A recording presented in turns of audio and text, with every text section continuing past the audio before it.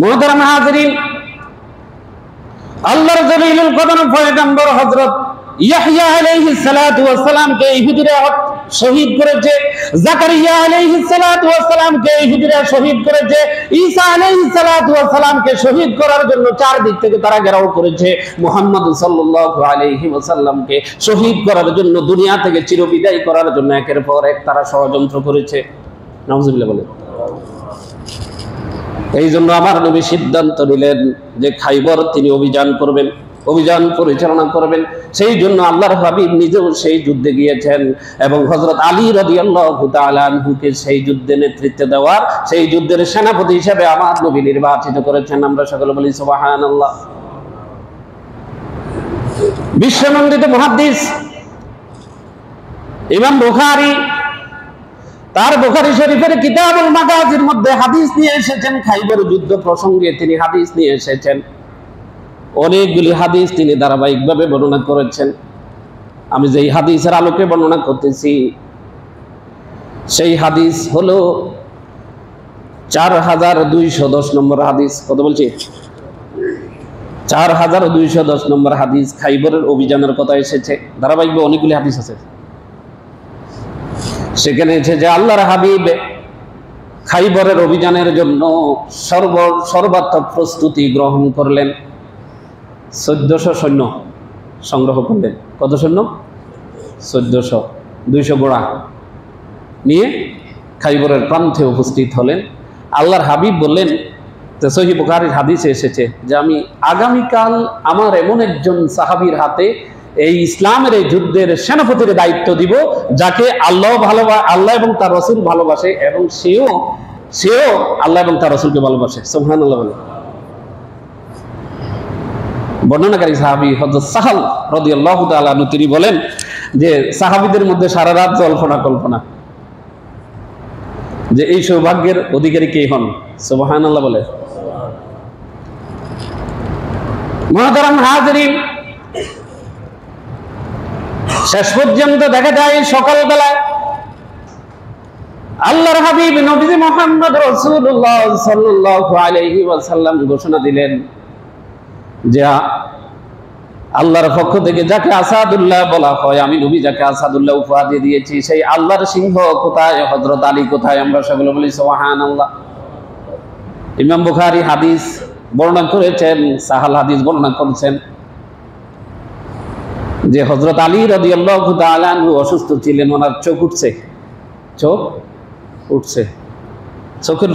চক্ষু রোগ আর কি। আমাদের আঞ্চলিক ভাষায় এক এক জায়গায় এক এক রকম বলে, চোখ লাল হয়ে যায়। হ্যাঁ,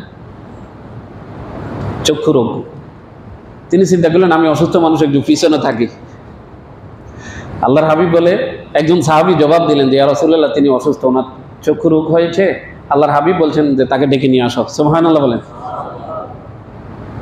ইমাম বুখারী হাদিস বর্ণনা করতেছেন আমার নবী হযরত আলী রাদিয়াল্লাহু তাআলা আনহু সেই অসুস্থ চোখের মধ্যে ওনার একটু থুতু মুবারক লাগিয়ে দিলেন।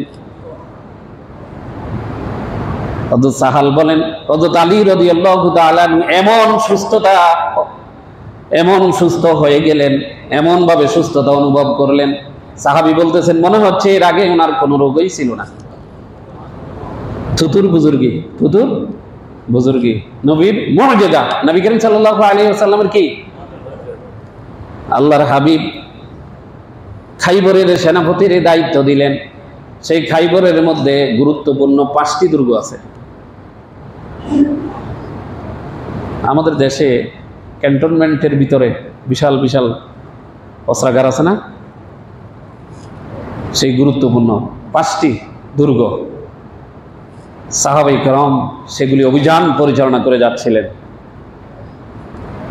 সবচেয়ে গুরুত্বপূর্ণ একটি দুর্গ ছিল যার নাম ছিল নাইম দুর্গ। কি নাম বলছি? নাইম। সেই নাইম দুর্গের একজন প্রতিনিধি ছিল ইহুদি, তার নাম ছিল মারহাব। সেই মারহাব ইহুদি সমাজের নিকটে এত সুপ্রসিদ্ধিত বীর যোদ্ধা হিসেবে তার খ্যাতি ছিল যে বলা হতো, তাদের মুখে মুখে বলা হতো যে সে একাই 100 জনকে কি করতে পারে? কন্ট্রোল করতে পারে। হযরত আলী রাদিয়াল্লাহু তাআলা আনহু তার সামনে গিয়ে দাঁড়ালেন। সুবহানাল্লাহ বলেন। কারণ আমরা সকলে জানি যে ইসলাম কি আক্রমণ করে না, বরং প্রতিহত করে। ডিফেন্সিভ না অফেন্সিভ? মুহতারাম হাজিরিন, প্রথমে সেই মারহাব হযরত আলী রাদিয়াল্লাহু তাআলা আনহুকে তরবারি দিয়ে আঘাত করলেন। আলী রাদিয়াল্লাহু তাআলা আনহু ওনার ঢাল দিয়ে সেটা প্রতিহত করলেন।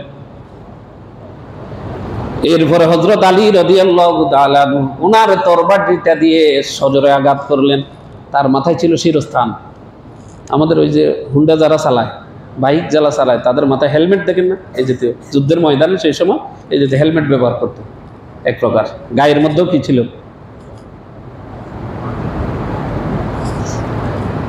লৌহবর্গ গায়ের মধ্যে ছিল। হযরত আলী রাদিয়াল্লাহু তাআলা আনহু তরবারি দিয়ে আঘাত করলেন। এই শিরস্থান যেটা, এটা কিসের তৈরি থাকে? বেশিরভাগ শক্ত লোহা দিয়ে তৈরি না? তো লোহা, তরবারি দিয়ে লোহা কাটা কঠিন না সহজ? কঠিন। কিন্তু দেখেন ওই আল্লাহর নবীর নিজ হাতে তরবারিটা তুলে দিলেন। এই বুজুর্গ আল্লাহর নবীর মুআজিজা দেখেন। এইভাবে তরবারি দিয়ে আঘাত করার পর দেখেন, আমার দিকে তাকান, এইভাবে হেলমেটটা কেটে তার এই যে মাথার মাঝখান দিয়ে এইভাবে তরবারিটা অতিক্রম করতে করতে এই যে গায়ে যে শিরস্থান ছিল, সেই লোহার সবকিছু যা কিছু ছিল সরঞ্জাম সব কেটে এভাবে গিয়ে তরবারিটা প্রথম আঘাতেই তরবারিটা একবারে মাটির নিচে গিয়ে অর্ধেক পর্যন্ত নিচের দিকে চলে গেল। সুবহানাল্লাহ, এত কষ্ট বললেন। এই অবস্থা দেখে ইহুদিরা বলে, আল্লাহু আকবার, এদের সাথে যুদ্ধ করা যাবে না। সামান্য বিভিন্ন দুর্গ থেকে দুই চারটি যদি এদিক সেদিক হয়ে যায়, তারপরে সবাই কি করলো? আত্মসমর্পণ করলো। মুসলমানদের সাথে আর কি করা যাবে না, যুদ্ধ করা যাবে না। মুহতারাম হাজিরিন, খাইবার প্রায় বিজয় হয়ে গেল। সুবহানাল্লাহ। তাদের অহংকার, তাদের গর্ব চিরদিনের জন্য কি করে দিলেন? আল্লাহ ধ্বংস করে দিলেন।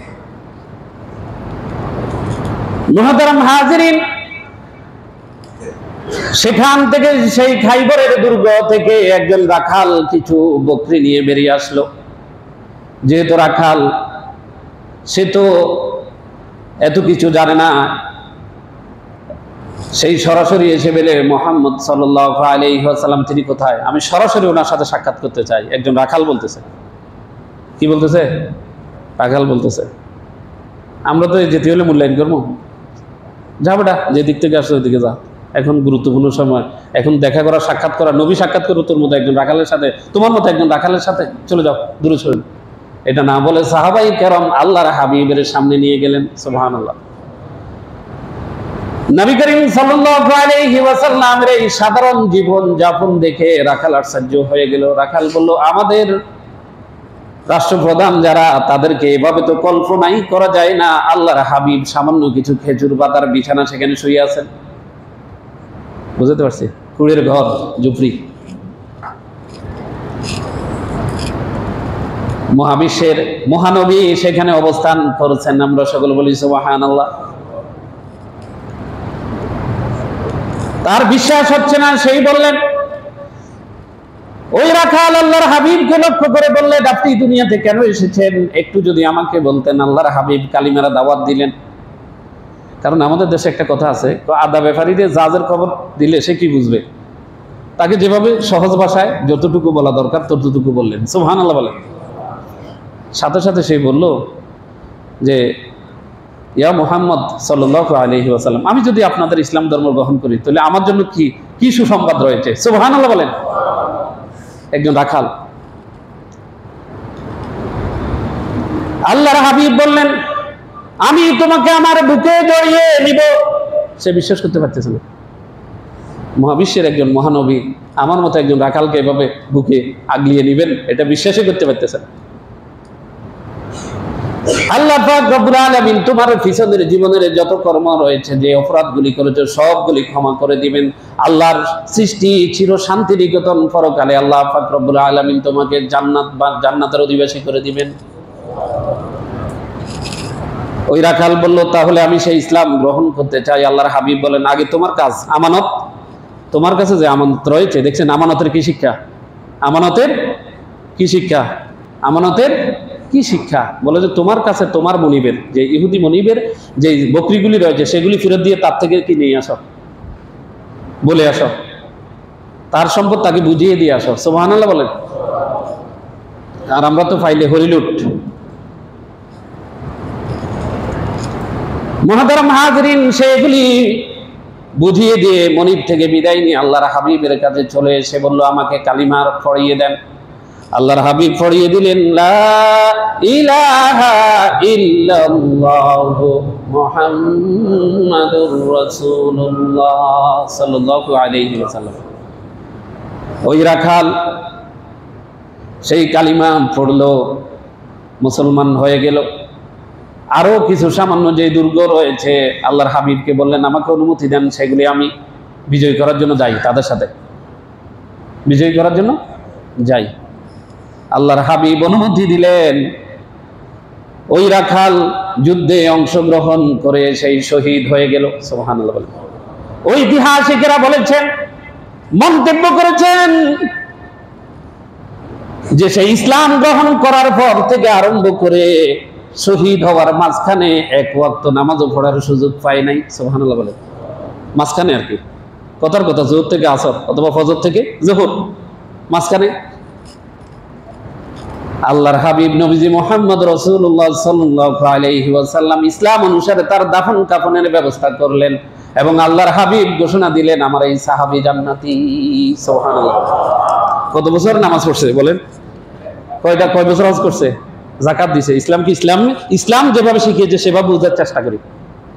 বুঝাতে পারছি? সহি পন্থায় যদি সামান্য ইবাদত করা হয় সেটা আল্লাহর কাছে অনেক কিছু, বিশুদ্ধ পন্থায়। আর ভুল পন্থায় যদি অনেকগুলি করা হয় সেগুলি কি গ্রহণযোগ্য হবে না।